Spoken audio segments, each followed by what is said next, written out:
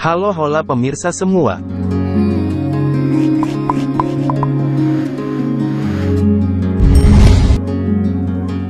Kasus Ferdy Sambo emang dari awal kejadian hingga sekarang juga belum menemukan titik terang bagi keluarga korban Brigadir J, yang padahal kalau dilihat dari kronologi kejadian dan bukti sudah jelas kelakuan aksi yang dilakukan oleh Ferdy Sambo. Apalagi dengan bukti yang udah jelas bahwa Ferdy Sambo telah menyuruh bawahannya yaitu Richard Eliezer untuk menembak Brigadir J. Reaching for our moments miles above, I just need one. Dan di mana Sambo baru ditetapkan sebagai tersangka kasus dugaan pembunuhan berencana terhadap Yosua pada tanggal 9 Agustus tahun 2022. Sementara, Brigadir J tewas pada tanggal 8 Juli tahun 2022. Butuh proses panjang hingga akhirnya Sambo terungkap sebagai terduga otak. Namun baru-baru ini, skenario Sambo, narasi yang beredar di awal, Brigadir J tewas setelah baku tembak dengan Richard Eliezer atau Barada E di rumah dinasnya di kawasan Duren 3, Jakarta Selatan, Jumat, tanggal 8 Juli tahun 2022. Disebutkan Sambo, peristiwa itu bermula dari dugaan pelecehan yang dilakukan Brigadir J terhadap istrinya, Putri Chandrawati.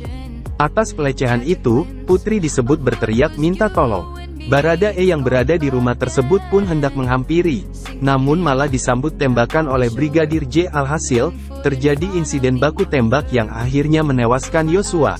Peristiwa tersebut berawal ketika PC, Putri Chandrawati, sampai di rumah, Jalan Saguling, lalu melakukan PCR dan berangkat melakukan isolasi di rumah dinas Duren 3, kata Kapolri Jenderal Listio Sigit Prabowo saat rapat bersama Komisi 3 DPR RI di Kompleks Parlemen, Senayan, Jakarta, Rabu, tanggal 24 Agustus tahun 2022. Sambo mengaku dirinya tak berada di TKP saat baku tembak terjadi. Ketika itu, katanya, dia sedang dalam perjalanan hendak melakukan suatu kegiatan. Namun, dalam perjalanan tersebut, istri Sambo menelepon hingga 3 kali. Sambo pun memerintahkan sopirnya memutar balik ke rumah dinas. Setibanya di rumah, kata Sambo, dirinya melihat Brigadir J sudah tewas. Saudara FS kemudian menanyakan peristiwa yang terjadi dan menjemput saudara PC yang berada di kamar, kata Sigit. Serta memerintahkan kepada saudara Ricky untuk mengantar saudara PC ke rumah sakit, tuturnya. Skenario Sambo baru terbongkar setelah Richard Eliezer atau Barada E membuat pengakuan. 2 hari setelah ditetapkan sebagai tersangka kasus dugaan pembunuhan Brigadir J tepatnya tanggal 5 Juli tahun 2022, Barada E mengubah keterangan awalnya soal baku tembak di rumah dinas Sambo. Barada E bilang, tak ada baku tembak antara dirinya dengan Brigadir J di rumah dinas Sambo pada Jumat, tanggal 8 Juli tahun 2022.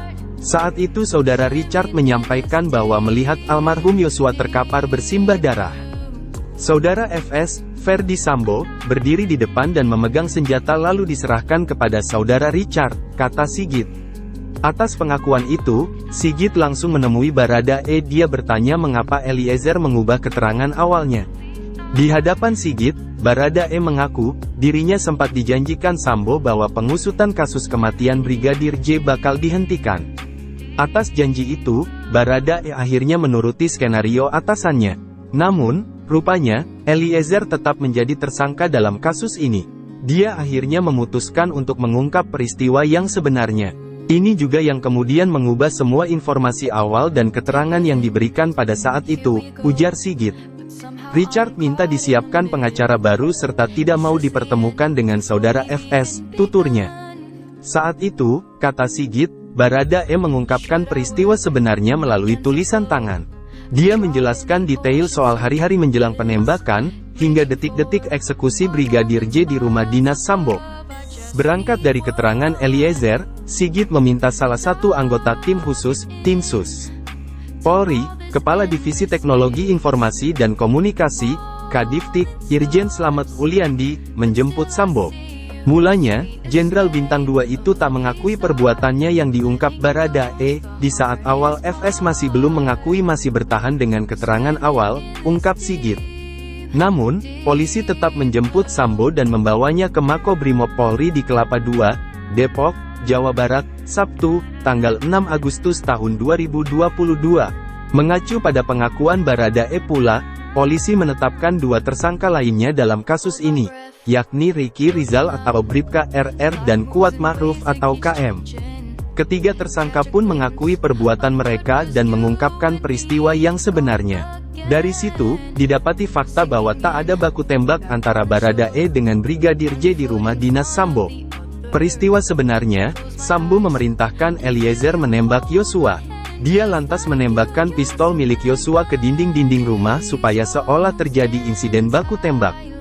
Berdasarkan pengakuan dari tiga tersangka tersebut, maka saudara FS akhirnya mengakui segala perbuatannya, kata Sigit. Akhirnya, pada tanggal 9 Agustus tahun 2022, Sambo ditetapkan sebagai tersangka dugaan pembunuhan berencana Brigadir J. 5 tersangka adapun hingga kini, polisi telah menetapkan 5 tersangka dalam kasus dugaan pembunuhan berencana Brigadir J. Orang pertama yang ditetapkan sebagai tersangka yakni Richard Eliezer atau Baradae. Dia berperan menembak Brigadir J. Kemudian, ajudan Putri Chandrawati bernama Ricky Rizal atau Bribka RR juga telah ditetapkan sebagai tersangka. Ia berperan membantu dan menyaksikan penembakan Brigadir J. Dan juga ada pengakuan terbaru dari Richard Eliezer yakni sempat ingin selamatkan Yosua. Menurut Roni, Eliezer sempat menyampaikan kepadanya berniat untuk menyelamatkan Yosua sebelum dihabisi tapi tidak mempunyai kesempatan. Iya, itu kan disampaikan kepada saya seperti bahwa kalau ada kesempatan kan bisa langsung ngomong, kata Roni dalam program Kompas Malam di Kompas TV, Minggu, tanggal 23 Oktober tahun 2022. Cuma kan ini mungkin tidak ada waktunya terlalu pendek, kemudian tidak ada kesempatan untuk berbicara langsung dan klien saya dalam situasi ketakutan, panik, ucap Roni. Menjelang sidang, kuasa hukum Eliezer, Roni Talapesi, memaparkan sejumlah cerita tentang apa yang dialami kliennya di seputar peristiwa pembunuhan berencana terhadap Yosua, hingga harapan Eliezer terkait vonis hakim. Dalam perkara itu, JPU mendakwa Eliezer dengan pasal 340, subsidiar pasal 338 junto pasal 55 ayat 1, pertama Kitab Undang-Undang Hukum Pidana, KUHP. Roni mengatakan, dia sempat menanyakan situasi yang dialami Eliezer beberapa saat sebelum penembakan terhadap Yosua. Menurut pengakuan Eliezer, kata Roni, setelah dipanggil oleh Ferdi Sambo di rumah saguling dan diminta menembak Yosua, kliennya sudah terbersit ingin menyampaikan peringatan. Setelah turun dia ke bawah lewat tangga darurat itu sudah tidak bertemu juga dengan almarhum Yosua, ucap Roni. Kemudian dalam perjalanan dari rumah pribadi Sambo di Jalan Saguling menuju rumah dinas di Kompleks Polri Duren 3, Eliezer memang berada dalam satu mobil dengan Yosua dan istri Sambo, Putri Chandrawati.